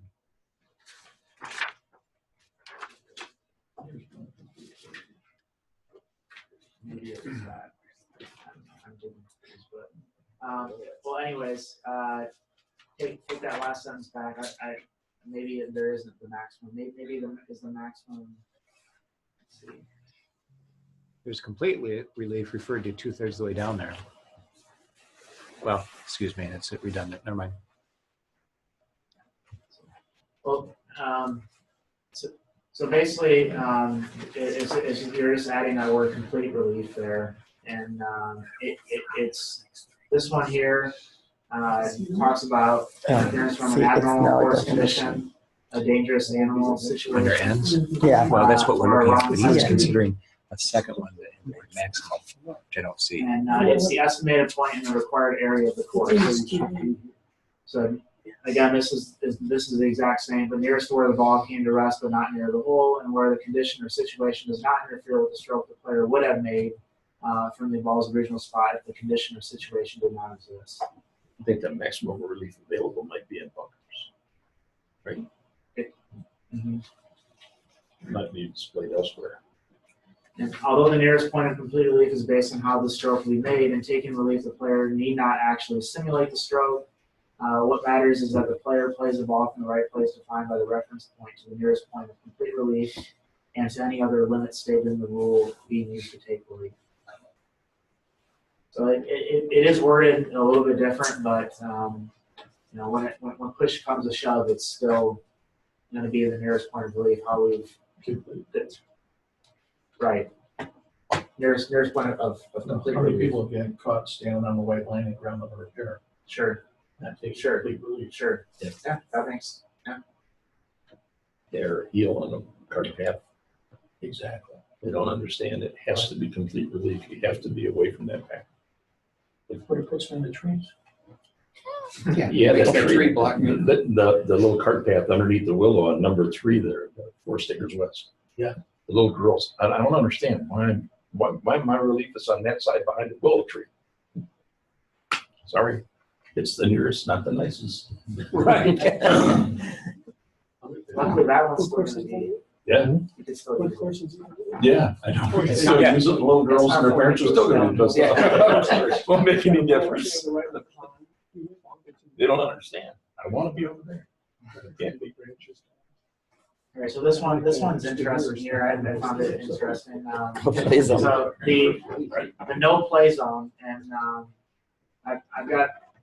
I think it's funny, maybe it's not. But in my previous job, we had interns that we trained, and for the rulings and things like that. And one of the interns didn't have a golf background, so it was first tournament or second tournament out there, and get a call over the radio. Player here is in the no-go zone. Oh, yeah. And I was like, oh, no-go zone, what's that? And whatever. It ended up being out of bounds. And so when I saw this initially, I thought no play zone. Okay, maybe this is like, maybe she was ahead of her time or whatever. But actually, out of bounds is not part of the no play zone for whatever reason. But so the no play zone is any part of the course where the committee has prohibited play. So the no play zone must be either part of an abnormal course condition or in a penalty area. And you can see here no play zones can be used for protecting wildlife, animal, environmentally sensitive areas, preventing damage to young trees, protecting players from danger, or preserving historical or cultural interests. So in the current rule book, in the appendix, I think it's appendix 1, there's it's page 555, course protection. Basically, it's just taking these conditions and putting them under one umbrella term called the no play zone. It strikes me that, again, this is directly relates to an interior driving range that you are able to mark now as a penalty area, as well as a no play zone for safety if you choose. Sure. The thing that's odd though is that it says a no play zone must either be part of an abnormal ground condition or in a penalty area. Well, penalty area, right? And There's two today, a steps. lot of the environmentally sensitive areas that we have are neither. But Well, next they're year, going to 2 be. years, they will. They'll declare them a penalty area. It's 2 steps to keep them out of the driving range, it occurs to me. Yeah, But I believe that. I think that's good. I know Ken is telling me the exact number, but I believe that he has said that there's only like 2 or 3 courses that actually have environmentally sensitive areas on them, as defined by the EPA or whoever does that. A lot of them buy those signs so that people don't go into those areas because they want to protect them, but they're not quote unquote ESA defined by the EPA or whoever. So basically, this is just saying that we might see a lot more of these environmentally sensitive areas, so to speak, or no play zones where they want to protect the wildlife and they don't have to have government approval or some other body to come in and say, don't go in here.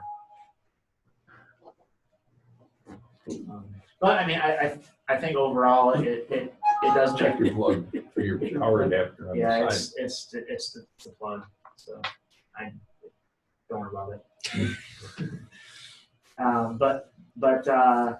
But basically, it's just taking complicated terms such as environmentally sensitive areas and putting them into layman's terms, no play zone, so that it makes more sense. I wish that out of bounds could be included in this. My own personal thoughts. Historical or cultural.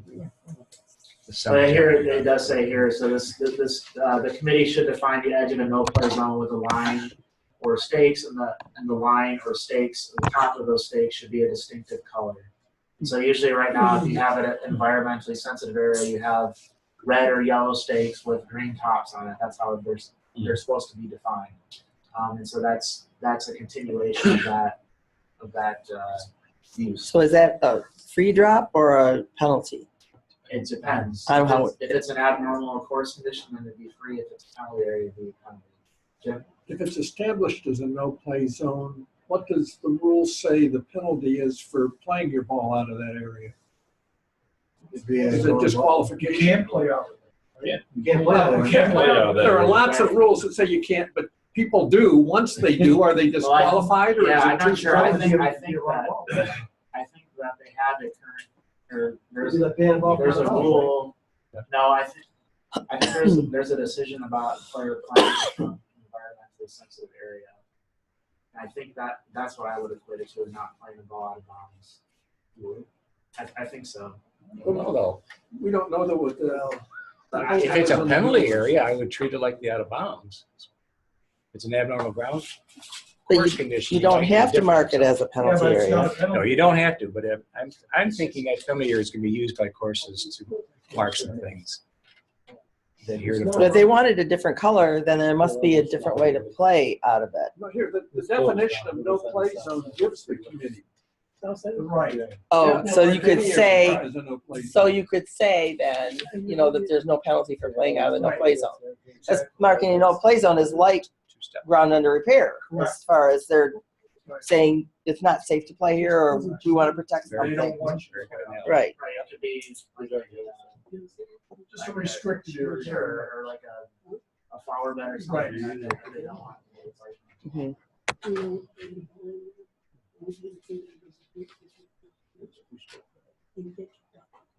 all right, just, I wanna go really quickly through the last couple here. I don't wanna keep you guys too long. Just a few minor changes here. So again, outside agency versus outside influence.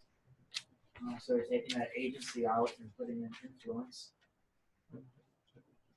So we're outside influence. Out of bounds. You don't want to play on a mafia course. Not really much different. We see that similar kind of word that we saw with the penalty area in terms of lines. We don't have stakes in here, which is interesting. I guess we do, it's just Objects. objects instead of stakes. So I guess that includes fences, things of that In the nature. very last part, it says stakes can maybe used to show, Sure. but have no other meaning. Still doesn't say. Where the ball is, must be completely outside. Yeah. We'll get there. Yeah, it doesn't. It just says the line is outside of bounds. So if you use that same interpretation, then this says the ball touching the line is out of bounds. Well, Well, it just No. says that the I line think the is out of definition's bounds. trying to tell you that. I think if you say that the line itself, so if there's a part of the ball that's not on the line, it's in bounds. I guess that's the way I would. I don't think the definition's trying to cover that. Yeah, it's gotta be covered somewhere else. Yeah. I was Well, the always definition told that you tells you should think for each one about of it this those way. ones You is take what it the is with the biggest line. thing, which is, The golf course. no, even out the world. And if your ball is touching the line of the smaller thing, then it's in it. So if your ball is touching that out of bounds line at all, it's actually in the course. Same, now you're on the golf course and you're inside a hazard area. Your ball is touching that line. The Pacific in it. Ocean. It's in unless it's all the way out, but The here it water says hazard all Pacific areas Ocean to outside the left. boundary Beach is edge. bigger than it, though. So Look under this. In theory. the line has always counted as being out of bounds, right? No, outside. Has to be outside the line. Outside You have to edge. be totally in. Used to be outside edge, now it's inside edge. So they, all right, because the analogy in the old one was lots of courses have fences along the line, and that's why it was on the course edge of the line that mattered, because it was to be like a fence. Fence was like the lowest common denominator. I just don't think the definitions are trying to cover Well, the you look at position of the the ball. definitions for each one of those, it tells you where the line is and what the ball in relation to the line does. Wouldn't it be You nice? have to look at the rule All itself. the bounds is the only one that has to be totally out of. Yeah, it is. Yeah, like the one that said 18.3. Yeah, like. Yeah. This used to say this, but now it doesn't. Well, now, here's one of the first areas I do see a reference. These definitions have been devoid of any reference to rules. Except that one. But here's one. Oh, you found your maximum. All right. Point, it's under point. All right.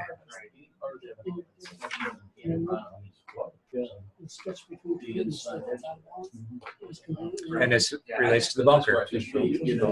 Hey, Kyle, definition for each one of those situations, and the definitions tells you where the relationship of the line is to the ball. Well, they used to. And the only one ball has to be totally out of is on the white.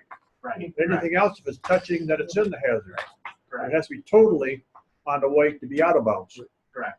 As of Right, today. because it's the inside line. Currently. Next year, like it's not in the definitions. Oh, okay. If that ball's sitting on a white line, and it's completely on the white line, it's not touching any of the course, it's out of bounds. Correct. Right? Yep. So part of it has to be. Today. But if it's just touching the line, it's not out of bounds. Right. Whereas if it's touching the red line, it is The out whole of bounds. And if there's no Right. white line and it's fence. That's nothing. Isn't it where we're supposed to have our string to measure the inside of the post? Yep. Because that's the inside, The inside line. Inside line. You could be in bounds, but unplayable. I'm not gonna go that far yet. I'm gonna wait until I see the final publication No, to now, agree with what you said. no, now. No, now, The today. ball, if you took a string and ran it from the outside edge of that OB stakes, if you've got part of that ball, I'm touching the string or hanging over it, even though it's not touching the line, it can be touching, all of it can be touching the line, but part of it can be overhanging the inbounds portion, that ball will be considered inbounds. Correct, I agree.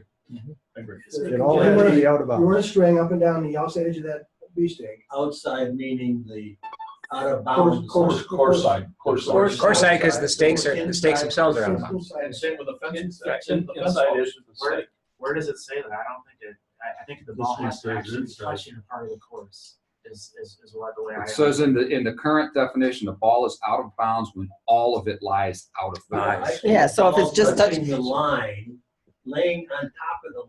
Half of it's still on the, No, line all, if the ball is that wide and the line is that wide and the ball is right there. oh, well, yeah, if that, the line's I that don't think wide. it's out of bounds. It's not out of bounds You because just read some part it. of the ball It is says hanging over the course. Under the They current said line, rules, Because it's Correct. around.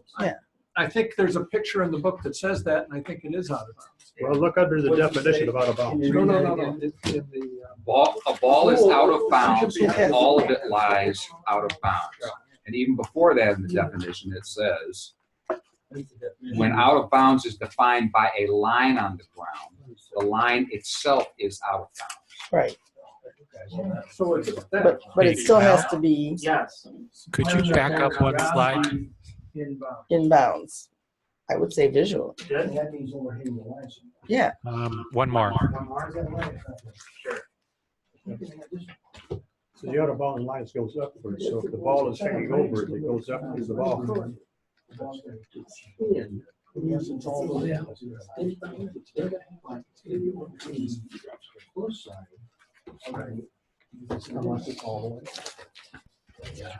What does that first seem to say on the line is bounds? because it's out, because And the it's line not the itself answer. is out I of think, bounds. I said, I don't know why they made it. right now we're.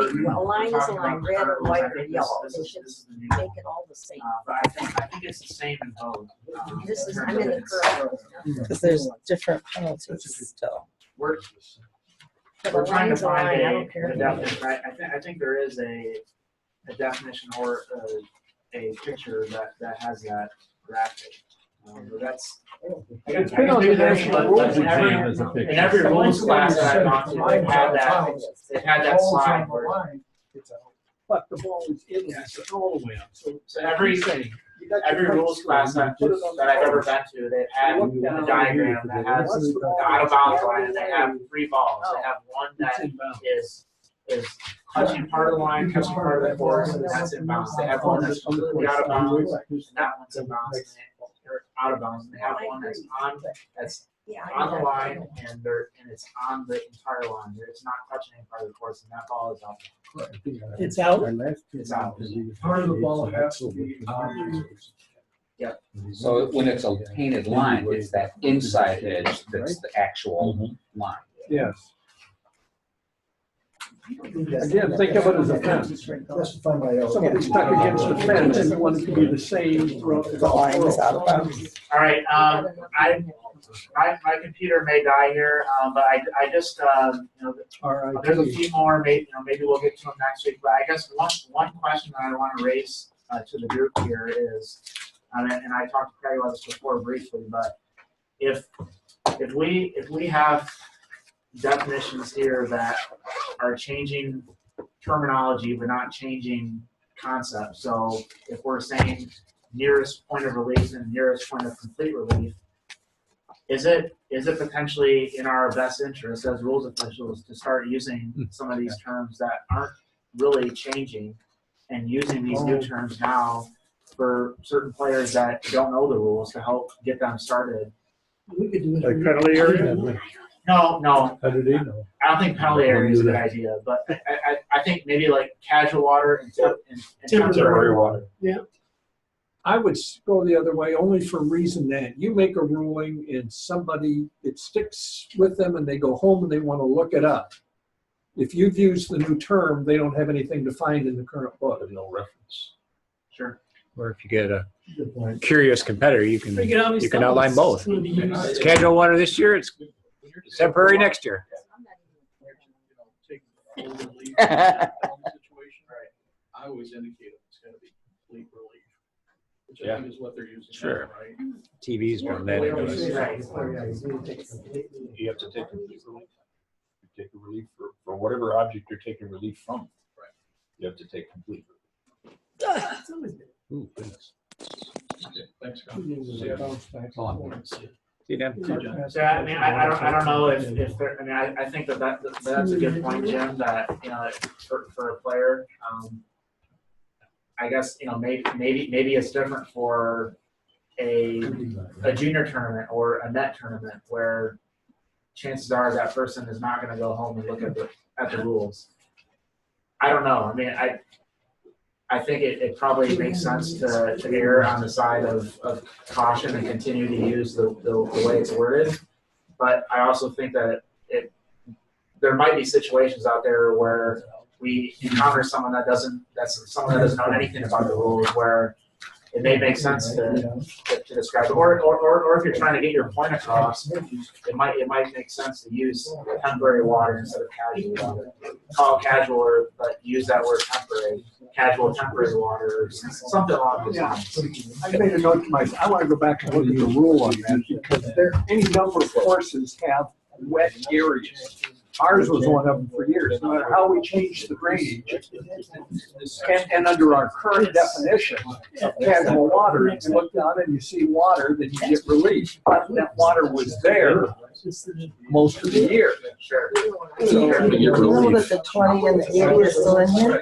So have a look at the new rule in the rule rather than temporary. The relief area of 20 inches and 80 inches is still in here. Just advise it might not make the final cut. All right. Well, so we're gonna wrap it up a little bit early. Next week we'll continue to go over these new rules. We'll move from the definitions to some of the actual rules, and we'll probably talk more about some of the things like penalty areas and some of the questions that we had today that we couldn't answer in terms of you know, a lost ball and things of that.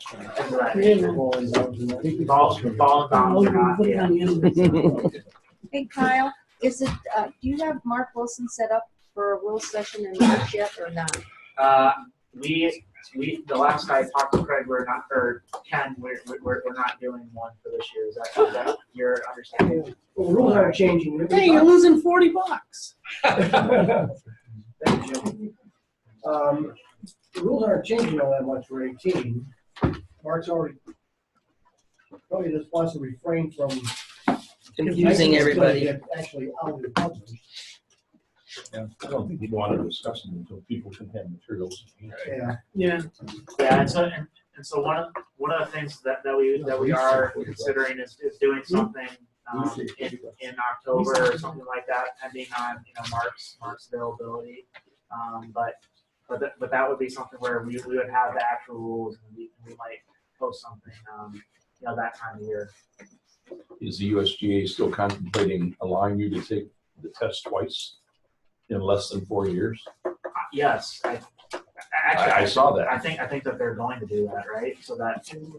Well, because they're going to offer because classes the rules are in changing, October. they're going to offer classes starting in October this year on new rules for 2019. So they're going to allow you to take the class, take the exam, and be able to take it again next year. Instead of You can do that before? You can take it every year. No, because before they only had them from January to March. Now they're having them in October. September, October, whatever it is. Yep. And then they're doing another full set In the spring. January. So you're able to take this test twice. But You could go to class in January and then go to. no. Not today. No, that. You could go every year, but not twice in the same year. Right. Was that only for this year when it's changing over? And That's my understanding when I read that. Right. I think that's. Website. so when 2020 hits, it's back to you can only do it once a year. Cause I get all my. The issue always was, that Well, that's the what they're Detroit gonna have. Detroit two area books. was once every 4 The years. players' So the book guys and that a lived more here, they didn't expensive take book, it, and that's or they gonna didn't be take like it when they happened to be in Florida. Is it gonna be like They Oh, lived oh, I see. wherever, It's gonna be. then they like a would, mix. you're, I don't think it's that's gonna. what I think Arizona. it's gonna be more. California were. It's Cause this book here is, this I went to is, Chicago well, last year. this. It's gonna be like this. Chicago all in this March was not the best. Yeah, it's- Like the players book will be small. Is that well, So it's that's fine, but it's. So they're not gonna. They're gonna throw out all that stuff. They supposedly have covered it under All right. Thanks this. again, everyone, for coming. Thanks, Kyle. Thanks, Kyle. You're gonna have the more expensive book. Yeah. Just the player book. Well, yeah, this is just a draft of the one that. That's what's Yeah. online. That's, I know, that's what they're gonna have.